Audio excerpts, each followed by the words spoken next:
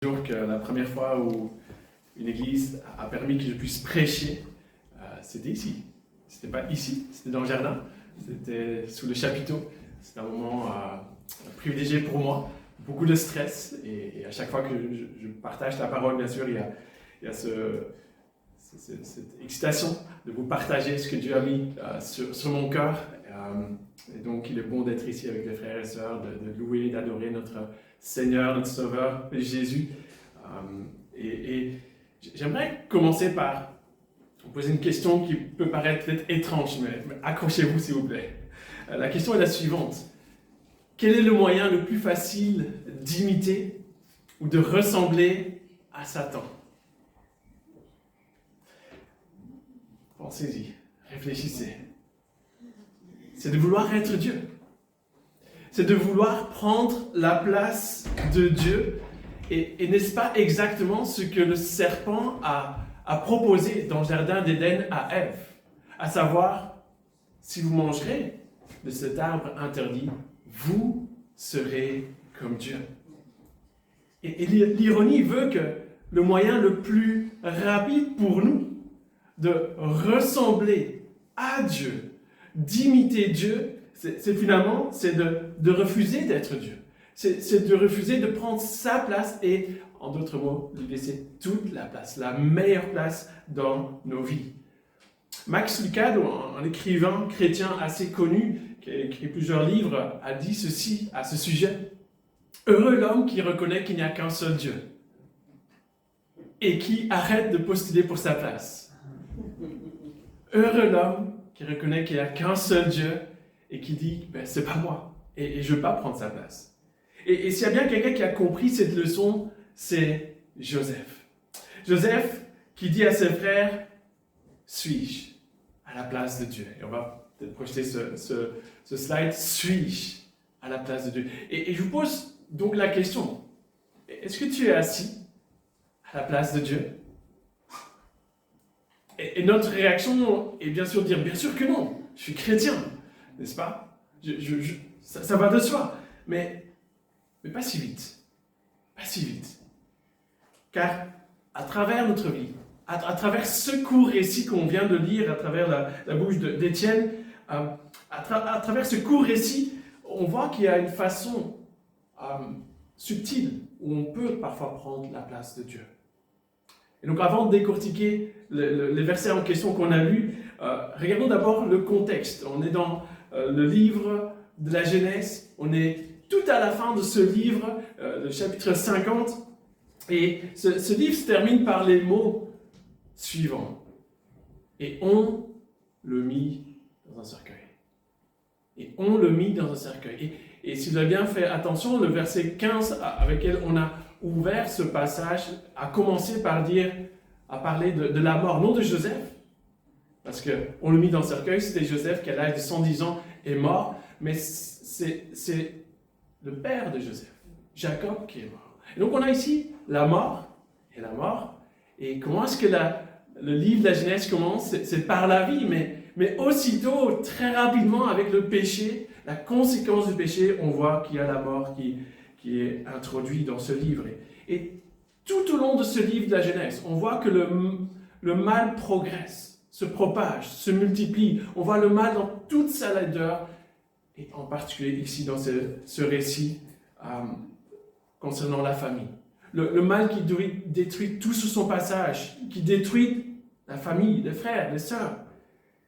Ainsi, dans les derniers chapitres du livre de la Genèse, on est témoin, à partir du chapitre 37 et suivant, on est témoin de la haine. De la haine que portent les frères de Joseph envers le chouchou de papa, le faiseur de rêves, celui qui a des rêves et surtout, il agace les frères. Pourquoi? Parce que dans les rêves, c'est lui qui est élevé et c'est ses frères qui doivent se prosterner devant lui. Et donc, ils ont un agacement, une haine, une jalousie en eux qui germe là. Et si Ruben, à la fin, l'aîné de la famille, n'avait pas arrêté ses frères, il l'aurait certainement tué. l'histoire d'Achaben, n'est-ce pas? Ceci dit, ils vont néanmoins le vendre comme esclave à des Ismaélites. Vous connaissez l'histoire, j'imagine. Mais au milieu de toute cette tragédie, au milieu de ce drame familial, il y a néanmoins, cependant, une lueur d'espoir. Car il y a un Dieu. Il y a un Dieu qui œuvre pour le bien. Il y a un Dieu qui œuvre pour le bien et qui est avec Joseph dans la détresse, qui est avec lui. Oui, il est avec lui dans la prison. Il lui donne l'interprétation des rêves. Il est avec lui et la faveur, la main de Dieu repose clairement sur lui. Mais voici que la mort du père, Jacob, le patriarche, va de pair avec la panique, l'angoisse. Les frères ne savent pas quoi penser. Les frères commencent à être angoissés. Et la peur a clairement changé de camp. Voici que Joseph est au pouvoir, le premier ministre d'Égypte, si vous voulez. Et on voit ici maintenant que les frères se disent, mais et si Joseph devenait notre adversaire? Et si Joseph se mettait à avoir de la haine envers nous et nous rendait tout le mal que nous lui avions fait? Autrement dit, et si Joseph se vengeait? Qu'allons-nous faire? Et donc, ils prennent le devant, ils élaborent un plan et ils font parvenir à Joseph le message suivant. On va voir sur le slide, verset 16 nous dit ceci, on l'a lu mais on va reprendre. Ton père a donné cet ordre avant de mourir. Ah bon? Je ne vois pas ça dans le récit. Bizarre. Verset 17, prochain slide. Vous parlerez ainsi à Joseph. Oh, pardonne le crime de tes frères et leurs péchés, car ils t'ont fait du mal. Pardonne maintenant le péché des serviteurs du Dieu et de ton Père. Et au lieu de faire confiance à Dieu, ils vont jouer à Dieu. Ils vont concocter une histoire malhonnête, si vous voulez, pour se protéger, pour faire en sorte qu'ils ne vont pas avoir la fureur, la vengeance de leur frère Joseph. Et leur manque de foi, et surtout, je crois, leur manque de pardon, ici, les amène à avoir une vue déformée de la situation. C'est comme s'ils portent des lunettes de la méfiance.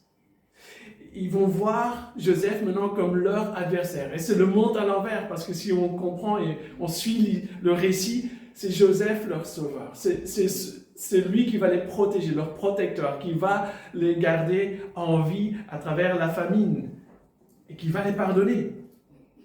Alors que si, 17 ans auparavant, lors des retrouvailles improbables en Égypte, il lui avait vraiment pardonné, demandé pardon pour ce qu'ils ont fait, le crime, le mal, la transgression. Leur cœur aurait été tout différent. Leur cœur était apaisé. Mais voici tant d'années plus tard, Joseph, il doit avoir 56 ans. Maintenant, les frères sont plus des gamins. Leurs frères sont des tontons dans la soixantaine. Et ils trimballent toujours et encore comme un sac à dos lourd. Pas lourd, écrasant sur leurs épaules. Ils portent encore cette anxiété qui est due à leur culpabilité de ce qu'ils ont fait par le passé. Et quelle leçon encore pour nous aujourd'hui?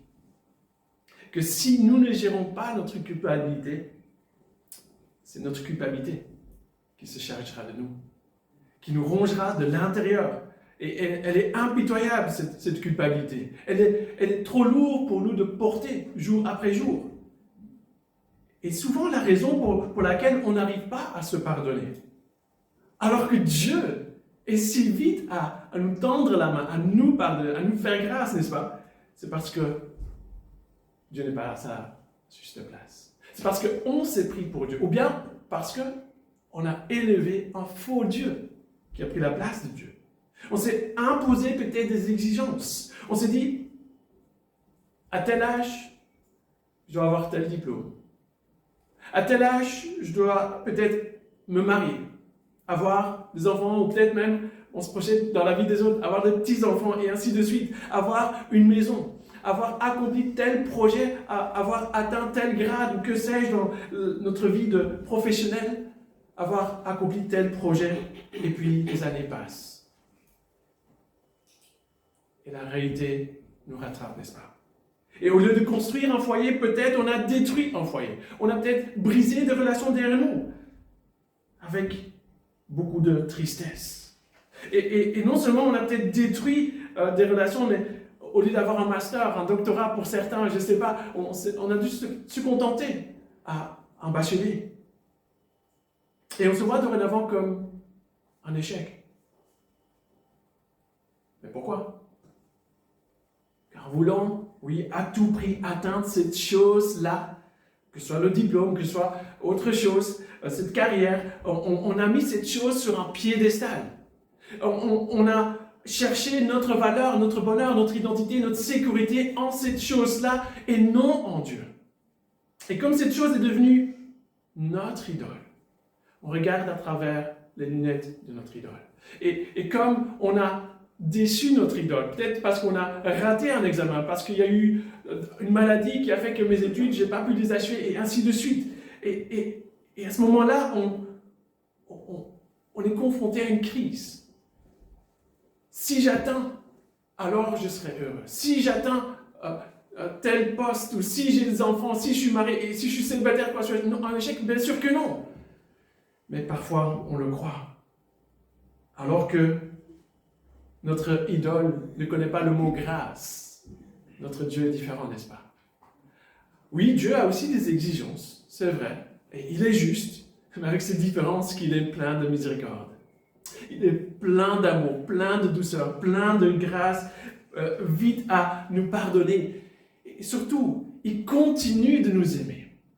Il continue de considérer comme bien-aimé, comme son enfant bien-aimé. Il continue de regarder à travers les lunettes de Jésus-Christ. Il nous voit à travers la justice parfaite de Jésus, ce qu'il a accompli ici-bas sur la terre. Et donc, Dieu, lorsqu'on échoue, lorsqu'on n'accomplit pas ce que on devrait faire ou pas faire, lorsqu'on pêche, il ne nous regarde pas avec un regard méprisant, avec un certain dédain. Non, loin de là. Au contraire, il continue de nous considérer comme son enfant. Oh, parfois il nous châtie, c'est vrai. Oh, combien de gens, même dans nos églises, tout comme les frères de Joseph, vivent pendant des années. Et je connais des cas où ce n'est pas des années, c'est des décennies. Des décennies sous le joug, oui, sous la tyrannie du non-pardon, de la honte, la culpabilité. Ils sont prisonniers. Et ils n'arrivent pas à se pardonner. Parfois, ce n'est pas qu'ils n'arrivent pas à se pardonner. Parfois, ils se demandent, mais est-ce que Dieu m'a vraiment pardonné de tel péché-là, qui était si grave, si horrible? Parfois, c'est pas ça, c'est je n'arrive pas à pardonner tel frère, telle sœur, tel oncle qui m'a fait quelque chose d'atroce. Et je n'arrive pas à le pardonner. Et ça nous amène à la réaction de Joseph dans cette histoire. Comment a-t-il digéré finalement la trahison de ses frères? C'était quelque chose d'horrible. Être séparé pendant tout ce temps de plusieurs années de son père bien-aimé. Dans un premier temps, il pleure. Notez, après 17 ans de soi-disant réconciliation avec ses frères, les frères ont encore ce doute, surtout cette méfiance envers lui, et ça le chagrine, ça l'affecte profondément. Et notez en passant que ses frères se prosternent. Ses frères, dans ce passage, tombent à genoux devant lui. Ça vous rappelle quelque chose? Oui, bien sûr, n'est-ce pas? Son rêve du début. Avec quoi tout a commencé. Et voici qu'il s'accomplit. L'ironie. Mais ensuite, quelles sont les premières paroles? Quelles sont les toutes premières paroles que Joseph leur prononce dans ce passage qu'on a lu ici, dans Genèse 50? Comment pouvez-vous penser une telle chose de moi? Non, pas du tout. Il ne réagit pas avec une certaine colère, ni avec une amertume, ni avec un ego blessé, ni de manière offusquée. Loin de là. Plutôt, il leur dit, ça dépend de la traduction ici, soyez sans crainte. Ou plutôt, n'ayez pas peur. Il est rassurant. Il est bienveillant envers eux. Il est tellement bienveillant qu'il dit, mais ne vous inquiétez pas, je pourvoirai à vous et à vos enfants. Non seulement ça, mais il les console. Et on voit, le texte nous dit qu'il parle à leur cœur. En fait, Joseph les aime. Il démontre, il manifeste son amour envers eux. On ne voit plus aucune trace d'amertume. On ne voit plus aucune trace de dureté qu'on voyait un peu auparavant. Aucune soif de vengeance dans son cœur. Mais comment est-ce possible d'arriver à un tel point d'être libre, non seulement d'aimer, mais d'être bienveillant envers des gens qui ne méritent pas? Comment est-ce possible qu'il n'y ait plus aucune trace d'amertume, de ressentiment dans son cœur? La réponse, l'explication nous est donnée dans ce qui suit.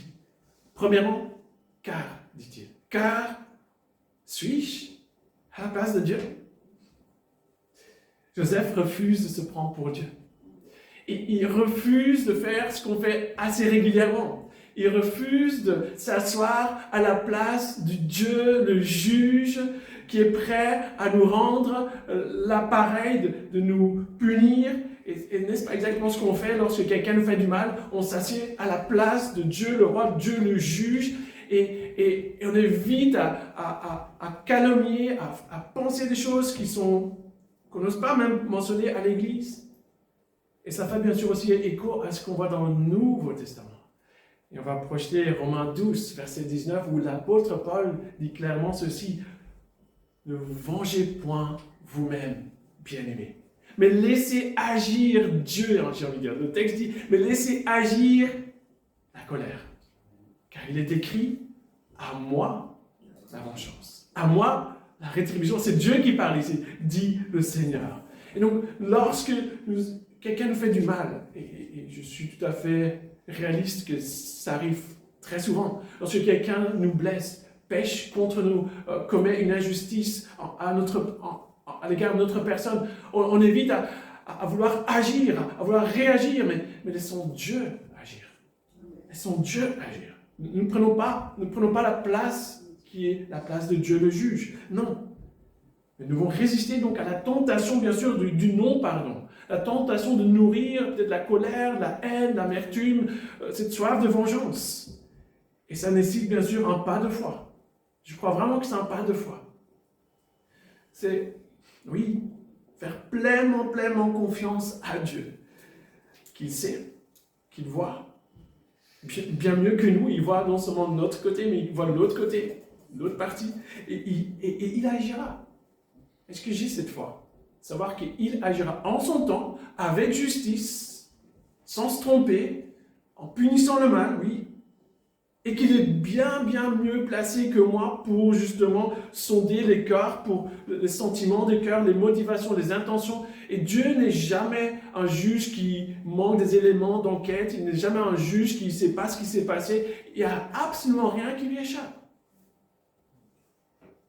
Et donc, oui, à chaque fois que je refuse de pardonner, ou que j'entretiens peut-être des mauvaises pensées envers la personne qui m'a blessé, qui m'a fait tant de mal, je deviens de plus en plus centré sur ma personne, sur ma douleur, sur ma blessure, sur ma misère, sur ce qui m'a blessé, sur l'injustice qu'on m'a commise. Et au final, on devient de plus en plus comme la personne qui nous a blessés, qui nous a fait du mal. Et au lieu de laisser Dieu agir et guérir notre cœur, que le Saint-Esprit puisse faire son œuvre après le pardon, il y a la guérison. Au lieu de ça, en fait, on a pris la place de Dieu. On a dit, Saint-Esprit, Dieu. On ne le dit pas, on ne le pense même pas, mais c'est ce qu'on fait en réalité. On prend la place de Dieu. Et donc Dieu ne peut pas agir lorsque nous voulons surmonter le mal par le mal. On devient comme la personne qui nous a fait du mal.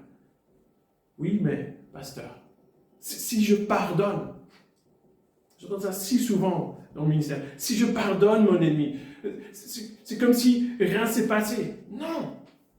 Loin de là, cette idée, jamais de la vie. Pardonner ne veut pas dire que ce n'est pas grave. Pardonner ne veut pas dire qu'on ferme les yeux sur quelque chose d'horrible, d'atroce, et ainsi de suite. Pardonner veut dire, on dit la même chose, on pense la même chose que Dieu. C'est-à-dire, Dieu ne va jamais minimiser le péché, ne va jamais faire comme si rien n'était. Au contraire, pardonner, c'est dire c'est grave. C'est très grave. Et Dieu dit que c'est grave. Et malgré cela, malgré mes sentiments, je décide, je choisis de te pardonner et de laisser Dieu agir. Notez ici la réaction de Joseph. Il dit, est-ce qu'il minimise le péché? Loin de là. Hein? Regardez, verset 20, on va peut-être projeter. Vous aviez pas fait exprès? Non, c'est pas ça. Vous avez médité. Réfléchissez sur... Vous avez médité de me faire... Vous avez planifié, vous avez médité de faire du mal. Il n'y a pas d'excuse ici. Il ne minimise pas, il ne mâche pas les mots. Il ne nie pas ce qui s'est arrivé. Rien de tout ça. Il ne dit pas non plus... Et les gars, les frères, c'était pas si grave que ça. Je connais votre situation familiale. Je sais ce que vous avez vécu. Je sais, avec les deux mères, c'était pas facile, et le père, etc. Je connais, vous avez eu votre lot de souffrance, votre lot de difficultés, d'adversité dans la vie. Et après tout, je suis en vie. Allez. Non. Sur le plan humain, Joseph dit que c'est grave. Vous aviez médité me faire le mal. Il ne minimise pas le péché. Mais sur le plan divin, il a appris à avoir une vue hélicoptère, à prendre de la hauteur. Et avec du recul, il a été témoin de la main bienveillante de Dieu sur sa vie. Et notez, contrairement à ce qu'on peut parfois entendre en lisant ce passage, en particulier ce verset 20, ce n'est pas que les frères, je veux vraiment que ce soit clair, ce n'est pas que les frères ont planifié ou médité de faire du mal à Joseph, et puis tout à coup, Dieu est surpris. Pris de court, il doit vite rafistoler, il doit vite récupérer la situation, inverser la situation et changer le mal en bien après coup. Non, c'est bien plus grand. C'est bien plus glorieux que cela. C'est non pas que Dieu transforme le mal en bien après coup, comme s'il subit la situation. La traduction, peut-être le second que j'aime bien et que j'utilise moi-même, pourrait nous faire croire cela. Mais il faut savoir que dans l'hébreu, c'est exactement le même verbe qui est utilisé aussi bien pour les frères que pour Dieu. Exactement le même. Donc peu importe ce que vous traduisiez, planifiez, méditez ou comptiez, vous devez utiliser les deux mêmes verbes. Vous ne pouvez pas choisir et jongler avec ça. Il est nécessaire alors de voir qu'on ne peut pas dire le mal que vous comptez me faire. Dieu l'a changé en bien, mais une traduction plus précise, notamment celle de la NBS, pourrait dire, qui fait mieux sortir des subtilités, dit le mal que vous comptiez me faire. Dieu comptait en faire du bien, afin de faire ce qui arrive en ce jour pour sauver la vie d'un peuple nombreux. Dieu est au-dessus du mal. Non pas qu'il provoque, non pas qu'il soit responsable du mal, non. Mais à travers le même acte, l'un comptait faire du mal, l'autre comptait faire du bien. Le frère avait un plan malveillant, c'est clair. Cependant, Dieu, lui, avait un plan bienveillant. L'un l'avait planifié pour faire du mal, alors que Dieu l'avait planifié pour les sauver. Certes, le mal est à l'œuvre, mais Dieu est également à l'œuvre et il n'attend pas le mal pour agir. Regardez, s'il vous plaît. Regardez, si vous prenez le psaume 105, verset 16, on voit clairement que c'est Dieu qui avait planifié la famine. C'est que Dieu qui envoie la famine. Mais il n'envoie pas seulement la famine, en plus de cela, il envoie à l'avance, il prévoit, planifie la solution. On va prendre ce verset, le psaume 105, verset 16, dit ceci, Dieu appela sur le pays la famine. Il coupe à tout moyen de subsistance. Verset 17, il envoya, devant eux, un homme. Joseph fut vendu comme esclave. Et il faut beaucoup de maturité, beaucoup de sagesse de pouvoir regarder la vie, avec toutes ces difficultés, toute sa complexité, de voir la vie de cette manière-là. Tout en reconnaissant, je crois, que je suis limité et qu'il y a quelque chose qui me dépasse. Mais Dieu n'est pas limité. Dieu n'est pas du tout limité. Et donc la raison ou l'explication derrière le fait que Joseph a pu être si libre de pardonner. On l'a déjà vu, mais je répète, premièrement, car il a l'humilité de reconnaître qu'il n'est pas Dieu. Suis-je à la place de Dieu? Non, je ne suis pas à la place de Dieu. Donc il laisse Dieu et être le Dieu de juge. Et deuxièmement, on l'a aussi vu, mais je répète, la pleine conviction. Joseph a la pleine conviction et assurance que Dieu œuvre pour le bien des siens. Et cette approche a permis Joseph de ne pas rester aigri, de ne pas rester amer envers ses frères, ni d'être écrasé par le poids du péché, ni d'être écrasé par le mal, je parle du péché des frères, ni d'être écrasé par le mal subi, ni de tomber dans un certain fatalisme, ni de tomber dans un apitoiement de soi, sachant bien que le mal est à l'œuvre, mais que Dieu l'est également, et que Dieu est bien, bien plus grand qu'on ne le pense. Et même si dans nos propres vies, peut-être même aujourd'hui, je ne vous connais pas vraiment, pour la plupart, et même si dans nos propres vies, on a bien du mal à comprendre. Pourquoi? Pourquoi Dieu a souverainement permis ce que je vis de si douloureux, de si pénible? Un ado rebelle, une maladie incurable, une tragédie, une perte d'emploi si soudain dans cette crise, un rêve qui vole en éclats. Néanmoins, je peux vous affirmer, avec confiance, en me basant sur ce récit et d'autres passages de la Bible, je peux vous assurer, avec confiance, que Dieu est à l'œuvre pour le bien de tous ceux qu'il aime. Il est à l'œuvre. Et je vous pose la question de telle manière personnelle, peux-tu dire cela ce matin? Malgré les épreuves, les larmes peut-être, peux-tu dire cela? Et notez que, ici, le bien, le bien dont on parle ici, pour Joseph, n'est pas que pour lui, n'est pas que réservé à sa personne. Bien sûr, il a été élevé, bien sûr, le Premier ministre, bien sûr, il a vu la richesse et la réconciliation avec sa famille. Il y a plein de bonnes choses.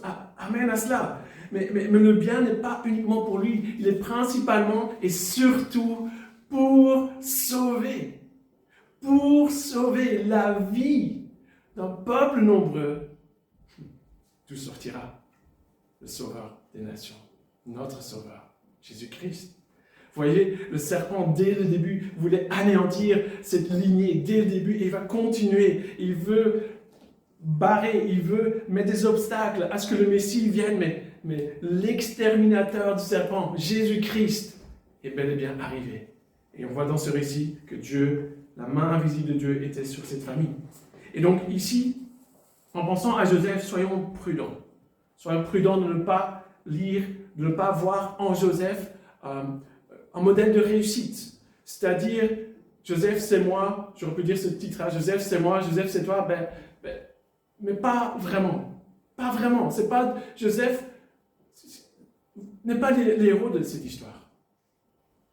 Si vous croyez ça, vous avez que l'ombre des choses. C'est que vous n'avez pas toute la Bible. Joseph, en fait, il pointe à quelqu'un de bien plus grand. Joseph, on ne peut pas dire, parce qu'alors on pourrait dire, je souffre. Aujourd'hui, je souffre. Et en plus, le pasteur me dit, Joseph, on lit l'histoire, ou même dans votre lecture personnelle, vous voulez être encouragé, moi, je m'identifie à Joseph. Et je crois qu'il y a une part de ça. Je peux m'identifier à la souffrance de Joseph. Mais on peut alors faire des déductions et dire, en fait, certainement, ce que Dieu veut pour moi, c'est que je devienne Premier ministre le 9 juin prochain. Peut-être pas de la Belgique, mais dans un autre pays, je ne sais pas. Mais vous voyez, mais je crois qu'il y a un message plus important que cela, à travers ce message. Et j'aimerais vous le faire découvrir, juste, on termine par cela. C'est vraiment, parce que je me dis que si je vous dis, soyez Joseph, en tout cas, certainement vous êtes plus spirituel que moi, mais c'est écrasant pour moi. C'est une pression. Se dire, je vais atteindre, je vais faire comme lui, je vais faire ça. Et non, il y a quelqu'un de bien plus grand que lui. Et c'est l'ultime Joseph. c'est Jésus-Christ qui est mon échelle. Et moi, je ne dois pas graviter l'échelle pour mériter l'approbation de Dieu. Non, Jésus est l'échelle qui m'amène au ciel. Parce que si on reconnaît que Joseph est un type, on va dire un panneau indicateur qui dit c'est pas moi Jésus, un panneau indicateur qui pointe à quelqu'un de bien plus grand que lui, l'ultime Joseph, Jésus-Christ de Nazareth. Alors c'est pas écrasant, mais c'est libérateur. Ça me donne des ailes parce que je suis uni en Christ et je suis aimé en Christ. Et même si je veux faire des progrès dans ma sanctification, c'est hyper important, mais je ne le fais pas pour mériter mon salut, je le fais parce que j'aime mon Père qui m'a sauvé. Car tout comme Joseph, Jésus était le fils bien-aimé du Père, n'est-ce pas? Jésus faisait la joie de son Père. Jésus a été envoyé, tout comme Joseph, vers ses frères. Si vous vous rappelez l'histoire, Joseph a été envoyé par Jacob vers ses frères. Jésus a été envoyé vers ses frères, mais les siens ne l'ont point reçu, méprisé, rejeté. Tout comme Joseph, il a été trahi par un proche, Judas Iscariote. Pour le prix, oui, à nouveau, le prix d'un esclave. Tout comme Joseph, on lui a pris sa tunique, n'est-ce pas? On s'est moqué de lui. Il a été livré, oui, à des non-juifs, faussement accusé, comme Joseph a été faussement accusé par la femme de Potiphar, jeté en prison. Oui, tout comme Joseph, Jésus a pardonné ses ennemis. À la croix, il dit, pardonne-leur, ils ne savent pas ce qu'ils ont fait ou ce qu'ils font. Et après son humiliation, il vient bien sûr la glorification, l'élévation, l'exaltation, n'est-ce pas? Et les gens de partout viennent près de Joseph, viennent en Égypte, n'est-ce pas? Ils viennent de partout, de toutes les nations, ils viennent pour le blé parce qu'il y a la famine. Et de même, des gens de partout viennent de toutes les nations se prosterner, non devant Joseph, mais de se prosterner devant le roi des rois, Jésus-Christ, l'ultime Joseph. Le parallèle entre les deux est flagrant. Et Joseph pointe à Jésus. Joseph est celui qui dit, il y a un bien plus grand qui est là. Et Jésus est celui à qui on regarde. Et lorsqu'on saisit tout ce que Jésus a fait pour nous, à la croix, son amour infini, sa grâce qui toujours surenchérit, surabonde sur mon péché. Alors comment ne pas pardonner mon prochain? Comment ne pas pardonner mon frère, ma soeur, mon oncle, ma tante, que sais-je, mon collègue qui m'a fait quelque chose d'atroce? Si je sais que Jésus a pardonné tous mes péchés. Non seulement il m'a pardonné, mais il a subi ma condamnation, ma punition. Il a pris sur lui la colère de Dieu que je mérite amplement. Lui qui était Dieu a quitté son trône. Non pour que je prenne sa place, mais pour que je lui laisse toute la place, pour que je laisse la meilleure place, la place d'honneur dans ma vie, dans mon emploi du temps, dès le matin, qu'il puisse recevoir la meilleure place de moi. Et que nous puissions, nous tous, se prosterner devant lui, l'ultime Joseph. Seigneur, je te prie que si dans cette salle, il y a peut-être quelqu'un qui a du mal à lâcher le mal que quelqu'un lui a fait. Si dans cette salle, il y a quelqu'un qui trimballe, peut-être pendant des années, peut-être pendant des mois, peut-être pendant des décennies, la culpabilité, que tu puisses te révéler comme le Dieu des grâces, qui tend la main, qui pardonne et qui rappelle. Tout a été accompli à la croix. Il n'y a rien à faire. Ce n'est pas par nos mérites, mais c'est uniquement par les mérites de Jésus-Christ, qui a vécu cette vie parfaite, qui a satisfait la pleine justice de Dieu, qui a apaisé la colère de Dieu en mourant à la croix à notre place. Que le pardon est à notre portée. Et que si on ne sait pas se pardonner, qu'on doit se sonder et examiner. Seigneur, est-ce que j'ai mis quelqu'un à ta place? Moi-même, des exigences, une idole, et que je puisse m'humilier et te faire pleinement confiance que tu agiras.